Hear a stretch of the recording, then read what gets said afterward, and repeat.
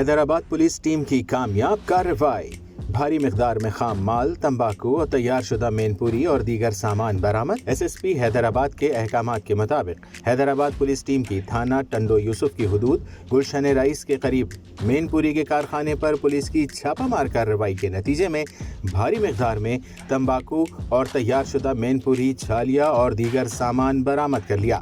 Police کی جانب سے چھاپہ مار کارروائی کے دوران کارخانے میں موجود ملزمان فرار ہونے میں کامیاب ہو گئے۔ فرار ملزمان کے خلاف متعلقہ تھانہ ٹنڈو یوسف میں مقدمہ درج کر لیا گیا ہے، جبکہ فرار ملزمان کے لیے مزید کارروائی جاری ہے۔